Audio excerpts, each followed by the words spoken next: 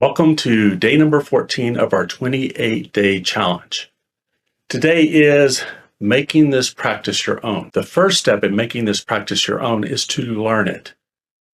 This is a framework with a certain way of doing things.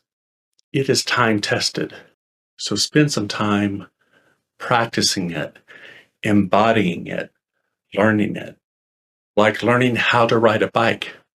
At first, it's intellectual, then it becomes physical, and then it just becomes part of you, where you don't even think about how you do it or know how you do it.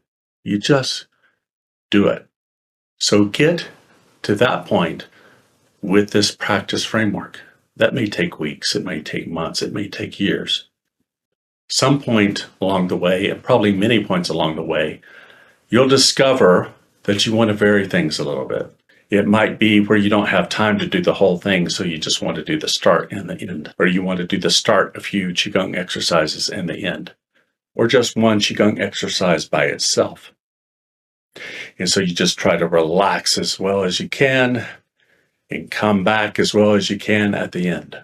It may be that you decide the ending moves, self-applied massage, might really help you relax better at the beginning, so you might reorder them. But before you change the rules, first learn it this way because it is a most excellent system.